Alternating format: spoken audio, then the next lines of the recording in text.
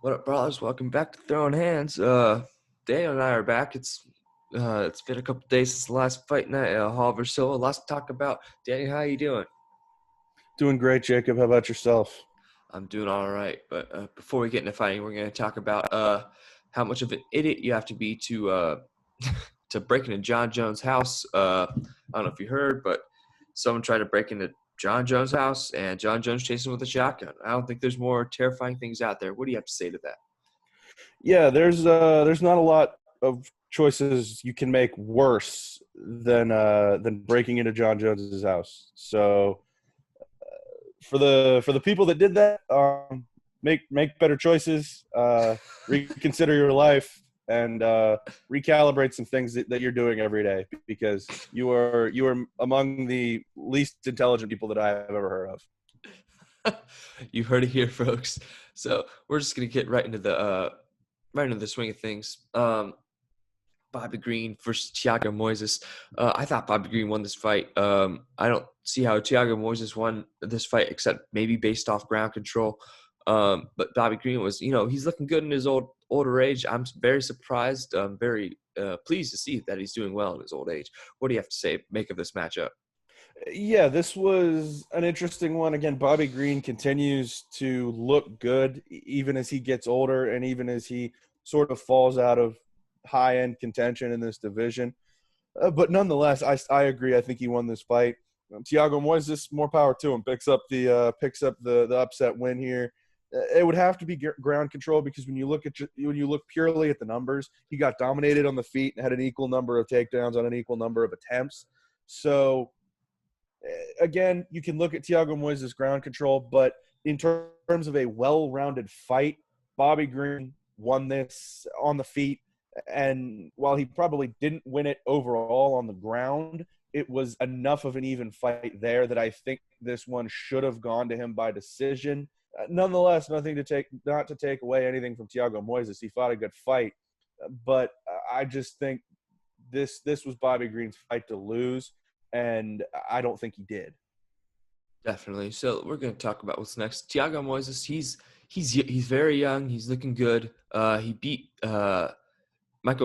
Johnson back on the Florida. Back in Florida when the UFC's first started getting up again. So he's been looking good as of late. What do you think's next for him? It's interesting about Thiago Moises because, like you said, he's so young. They wouldn't be putting him up against somebody in Bobby Green this quickly if they didn't have plans for him, even though he's just 25. So I think we're potentially looking at a situation where does Thiago Moises get a top 15 contender? I think that's something to legitimately look at because he's a guy that has a lot of talent and just knocked off somebody in Bobby Green that has hovered around that top 15 for quite a while. Definitely. And when we talk about Bobby Green, I think he stays in the same position, kind of like a gatekeeper of the top 20. I think that's a solid position for him. What do you have to say? I think so. Bobby Green's not going anywhere. He's not going to be a title contender, but he's got a place on this UFC roster, and it's a very important one. Definitely. So to performance, I think performance of the night, Kevin Holland versus Charlie Ontiveros. Kevin Holland defeating him with a slam. Charlie Ontiveros only landing 2 strikes. Ontiveros hurt his neck on that slam, but he's all right. He's 100% apparently. So Kevin Holland, I mean, he landed 97% of his shots, 33 or 34. I don't know. He looked as good as ever in this fight. What do you have to make of it? I love Kevin Holland. It's just he's the only guy that's 4-0 in 2020. It seems like he's fighting every 6 days. And he looked so impressive. Yes, he was a massive favorite against Charlie Ontiveros. He was a minus 800 favorite. He should have won this fight in 4 seconds. But there's a reason he was that big of a favorite. It's because he's been so good in 2020. Like you said, almost perfect striking, 33 of 34, 11 of 12 significant, 2 takedowns, including that slam. Ontiveros only landed 2 strikes on him the entire fight. I mean, come on. Kevin Holland has been so impressive in 2020, and he's turned himself into a legitimate future contender, in my opinion, because he's looked so good and because he's been so dominant in the fights that he's won. Yeah, definitely. I have to agree with you there. You can't really question it. So we're going to talk about what's next for Ontiveros. He's going to move down to welterweight. I don't think anybody's questioning that. So that's really all I got for Ontiveros. I think he'll be a decent contender down there with his striking ability. What do you have to say? That makes the most sense. Take a step back for him, move down in a weight class, and I think he has a better chance to compete there. Yeah, and for Kevin Holland, they got to give him somebody ranked. I'd like to see him fight Chris Weidman personally. I think he's earned it because of how good he has looked. I don't know what you think, but what do you have to say? I mean, he called out Hamzat Chimaev before this fight ever happened. So you tell me. I I, mean, I'm not sure that's the fight that we want to see right away, but Kevin Holland needs a big time challenge. Hamzat Chimaev needs a big time challenge. Who knows? I don't think you want to. I don't think you want to make that fight right away. But Kevin Holland, like you said, needs somebody in the top 15. Needs a legitimate competitor, and there's plenty of guys to do that. yeah, and he said he's willing to go fight Mike Perry in a few weeks. So we'll see what happens. We'll see what happens there. Um, I think Kevin Holland would fight Stipe Miocic on 3 days' notice if you asked him to. yeah, I don't think he Honestly, cares. yeah, you could you could tell Kevin Holland, hey, you're gonna get a pay-per-view main event for fighting a bear. You have 12 hours to prepare, and he would do it. Yeah, I mean, he just likes to fight, and you gotta respect it. So, speaking of heavyweights, Maurice Green versus Greg Hardy. Greg Hardy, I mean, you can't. He looked good. He looked very good. He was huffing and puffing at the end of that fight, but he earned it. He earned it. He looked very good. Landed 66% of his strikes, very solid for a guy who's only been fighting for 3 years. What did you have to make of this matchup? That's the thing that stuck out to me about Greg Hardy in this fight was his efficiency, because that's what we've seen him struggle with before. We've seen him struggle with his conditioning and struggle in terms of staying in fights as they've gone on, and he was having some problems with that. But a lot of times it's been because he's thrown a bunch of strikes with a lot of power behind him, and he's wearing himself out. And he did that to an extent here, but he was able to stay under control a little bit more. Again, he almost became the first heavyweight to miss weight in UFC history before this fight, because he came in at 266 and a half and able to get down to 264 in that hour time period between weigh-ins. But still, Greg Hardy looked great in this fight, but he's going to have to figure something out in terms of conditioning and in terms of cardio if he wants to have any chance to keep moving up in the UFC heavyweight division. He dominated a guy in Maurice Green that is very talented. I'll give him that. But there are still a lot of steps that Greg Hardy has to take to be remotely relevant in this UFC heavyweight division. Definitely. So we'll get back to Greg Hardy in a minute, but for Maurice Green, I don't know. Maybe he's like a little gatekeeper for the top 25. I think he's a great fighter, but he just hasn't been able to piece it together. So it's a really interesting situation for him. What do you think? Yeah, Maurice Green is it's a weird situation for him because he's 34 years old, but he's kind of just hitting his stride now, and that's something you kind of see in the UFC, where he's lost 3 of his last 4, but he's looked pretty good even in that time, and it's against guys like Alexei Oleinik and Greg Hardy. He's got the win against John Vellante sandwiched in there. So I don't know what to make of Maurice Green, because I think with his length, with his combination of striking and submission work, he's very clearly got a place in the UFC. I just don't know how consistent it's going to be over the next couple of years. Yeah, fat John Vellante, albeit, but we'll talk about go there. Hey, I You mean, didn't have to come for the man's throat. I come for a lot of throws here because this is the only fighting I'll ever do. But anyway, Greg Hardy, let's talk about what's next for him. I want to see him fight someone in the top 15. I think Taburo would be a nice little matchup for him. What do you have to say?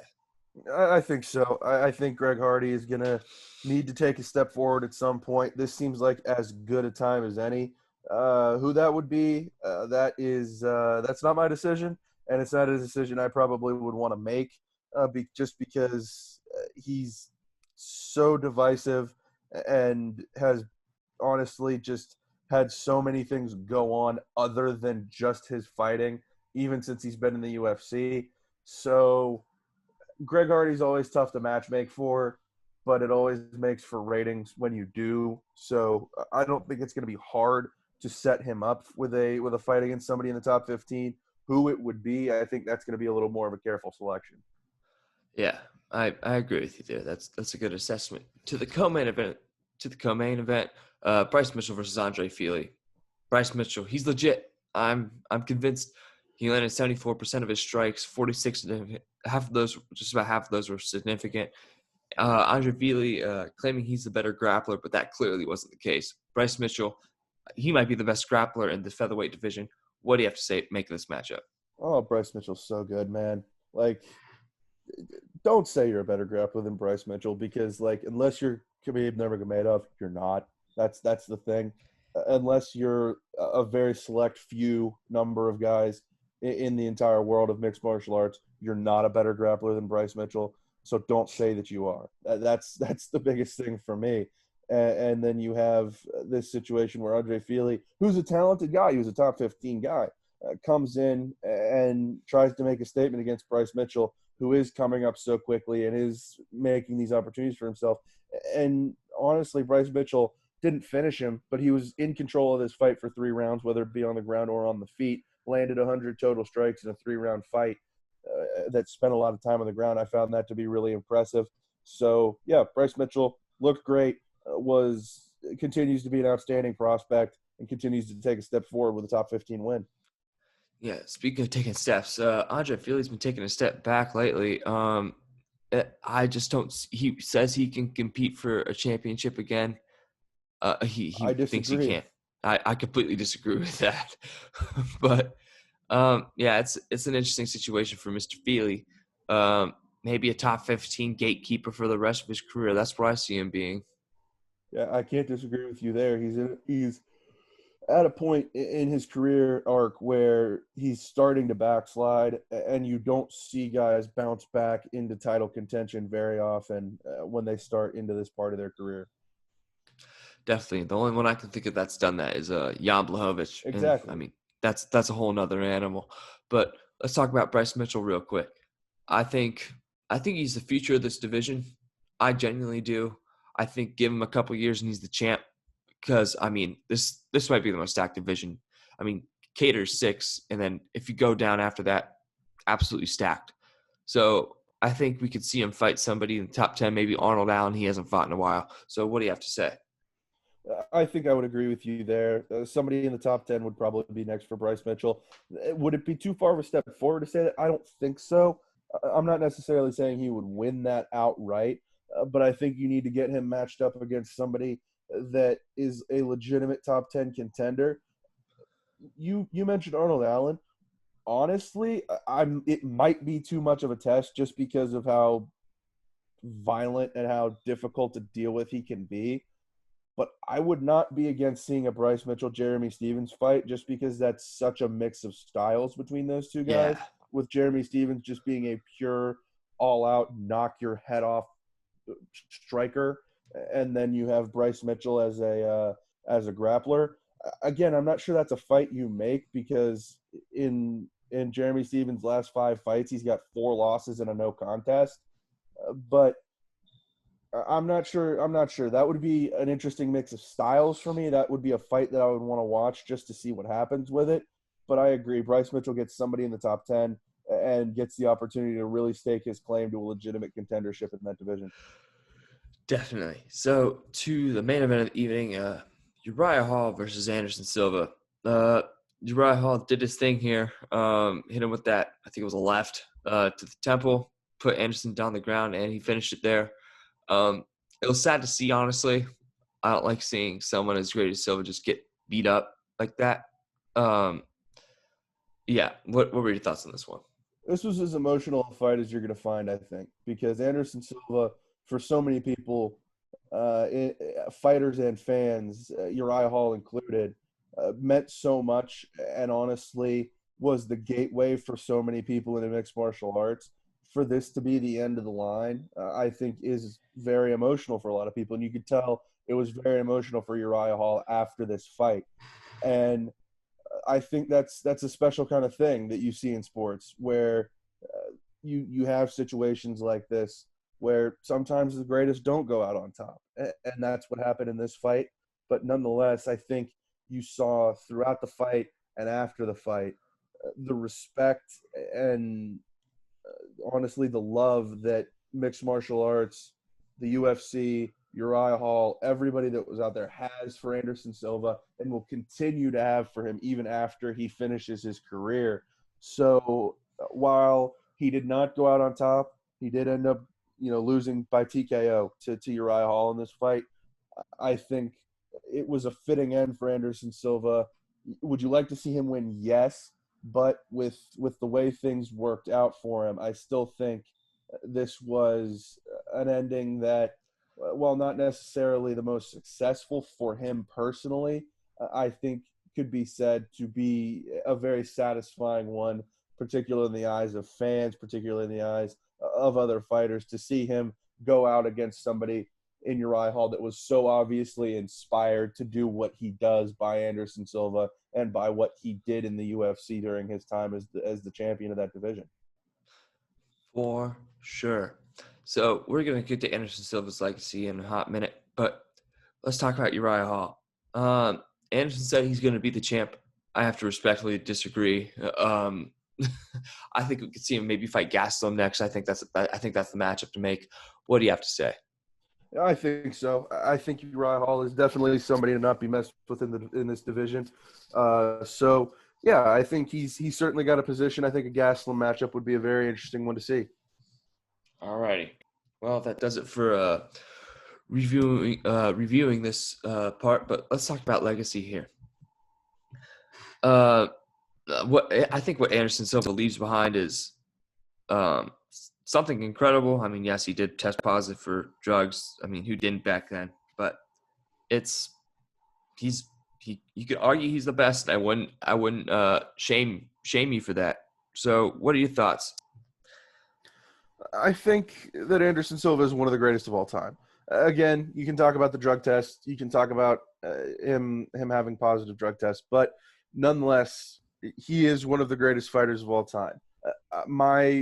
My GOAT list, honestly, shuffles back and forth pretty often, depending on how I'm feeling most days, to be completely honest. But I think Anderson Silva is very clearly one of the best pound-for-pound fighters of all time. He wouldn't have been at the top of the game for so long if he wasn't. And he's one of the guys that's up there that I don't think you can dispute. You can dispute somebody like Conor McGregor being one of the greatest of all time. I don't think you can dispute Anderson Silva. He's in that elite class with your George St. Pierre, with your John Jones. He is in that echelon of competitor for me. I have to agree with you there, but let's get on to some news. I just sent you a text. Hebus and Watterson for sometime, I think 257 in January, if I'm not mistaken. I'm all for it. I'm all for it. Absolutely. That's a fight that I want to see for sure. Yeah, I think Hebus is up next in that division personally. So it's an intriguing matchup. But let's talk about the state of the light heavyweight division. Israel Adesanya is moving up, so this basically makes Santos versus Teixeira pointless. I don't see the point of the fight anymore. What are your thoughts? Yeah, I don't totally understand why you're doing this so quickly, to be honest. I get that Adesanya has largely cleaned out his division, particularly with Whitaker knocking off Jared Cannonier. But I don't get this because it, like you said, it pretty much invalidates the other title fights, or the other contendership fights, I should say, going on in the light heavyweight division. I don't get why you do this so quickly. I get that you're looking to get a fight together quickly for Israel Adesanya, but I just don't know if this is the one to make. Yeah, I don't think it is either.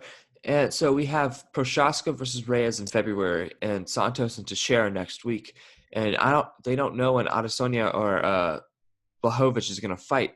So it's a really weird situation because these two guys, they're both relatively new champions, and yet, I mean, Blachowicz is brand new, but you have Santos who beat the brakes off Blachowicz about a year and a half ago, and he probably could have beat John. You could argue that he beat John Jones, and along with Teixeira, who's surging, and Prochaska, who's I think he might be the best in the heavyweight division. We don't know it yet, so it's a tough situation. I feel bad for these top 5 contenders because they're all right there. Yeah, I agree. And this is a light heavyweight division that we talked about when John Jones vacated that title, that there was finally going to be some opportunities for these guys to get title shots and have a legitimate chance to put themselves in title contention.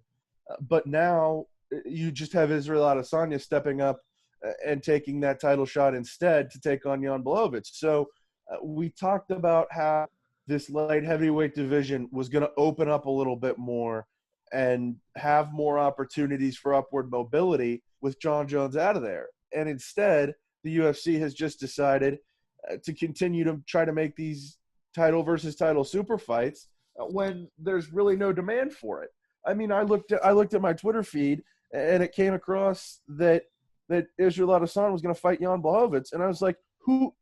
It's an interesting fight, but who asked for this? I didn't ask for it. That's my question: is who asked for this fight? Because I didn't see anybody on UFC Twitter. I didn't see anybody in UFC media asking for this fight. So I just don't know what the purpose of making a super fight like this so early into Jan Blachowicz' reign, and honestly, pretty early in Israel Adesanya's reign, despite his dominance, what the point of making this fight this early is. Yeah, I don't get it. And I guess we can get to some early predictions here.